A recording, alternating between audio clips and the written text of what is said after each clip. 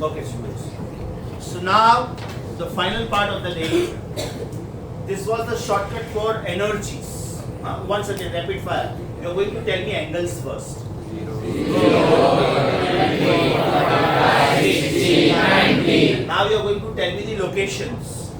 0, p/2, p/√2, √3/2, 8. Now you are going to tell me kinetic energy. 175, 50, 25, 0. Of total, percentage wise. Now you are going to tell me potential energy. 0, 25, 50, 75, 100. Now we are going to find out the timings. यहाँ से यहाँ कितना, यहाँ से यहाँ कितना, यहाँ से यहाँ कितना, यहाँ से यहाँ कितना.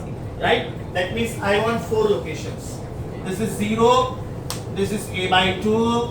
This is 1 by √2a. This is √3 by 2a. And this is a.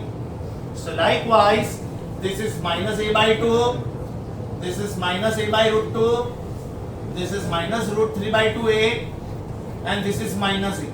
Correct? If you find out these 4 timings, 1, 2, 3 and 4, that means these 4 timings are automatically being taken care of.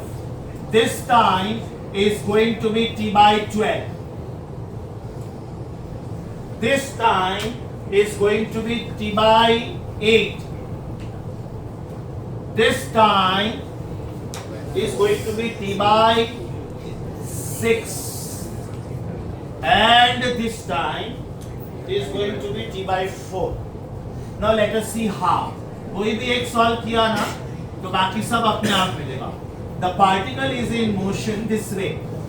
That means it starts from mean position and it is heading towards positive extreme. Right? My equation is x is equal to a sin omega t.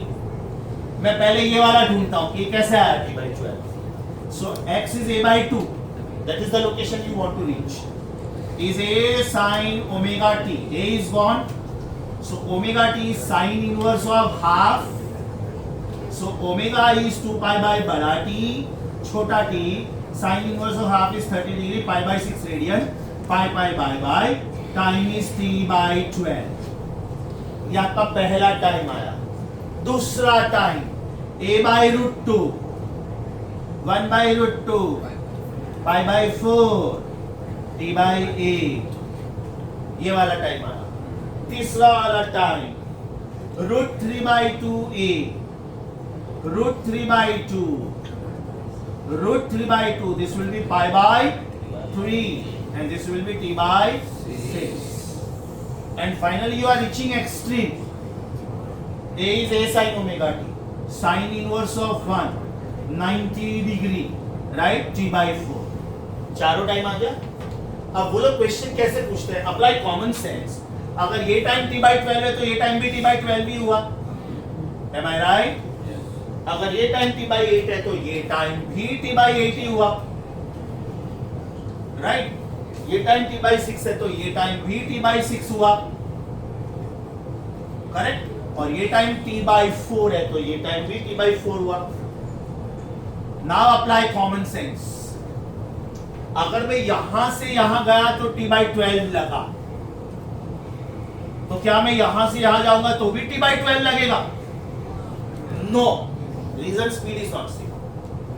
यहां पे particle fast था. ध्यान से देखो बेटा, यहां से लेके यहां कितना टाइम लगा? Check please. Is it t by 6? बराबर. अब ये टाइम मैं कैलकुलेट करता हूं तो अभी आपको ये नहीं बोलना चाहिए ये t by 12 है तो ये भी t by 12 है, क्योंकि अगर ये दोनों t by 12 है तो मेरा टोटल आंसर हो गया 2t by 12. t by 6 मेरा आंसर तो t by 4 है. तो this time should be greater time minus smaller time. This minus this should be this. This minus this should be this. So can I say this is 4 3s are 12, 12 1s are 12. This is 2t by 12. That means t by 6. अभी ध्यान से सुनो. यहां से यहां जाने में t by 6 लगा है ना. t by 12 plus 12 t by 12.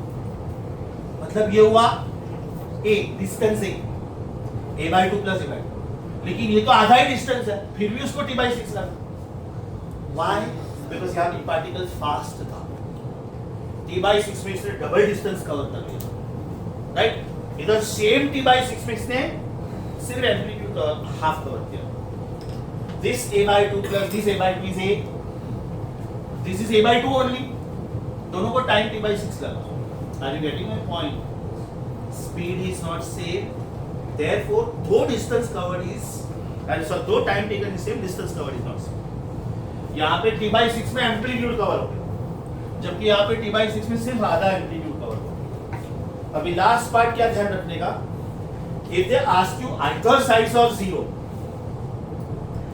add the times।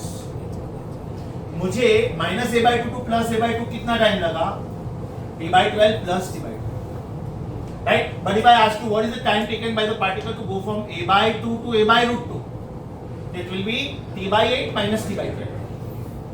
Same side subtract, opposite side है। It is so simple, ये नंबर लाइन है बेटा, 0 to 4 -2। What is distance between 2 and 4? 2 ना, 4 minus 2। But what is distance between -2 and 4?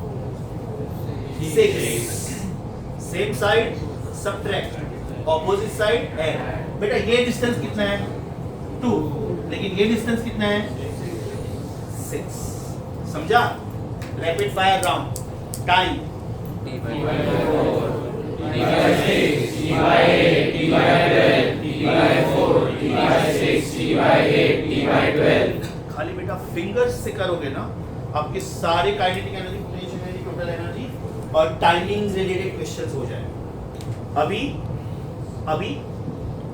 दोनों का first finger t/12 plus t/12, दोनों का second finger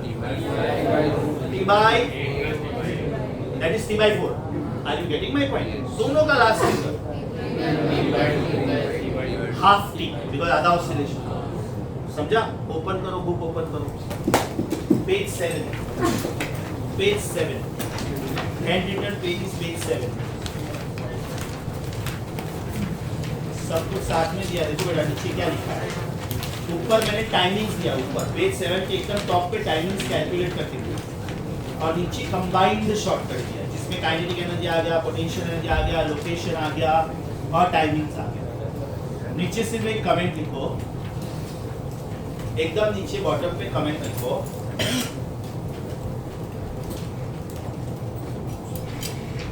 for the points on the same side of mean position subtract, for the points on the same side of mean position subtract,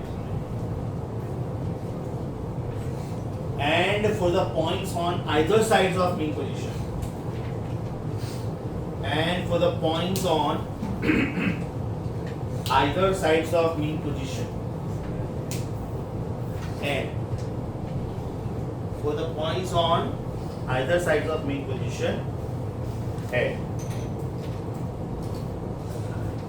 अभी बेटा homework लिखो, next lecture का homework लिखो, और I think I will need the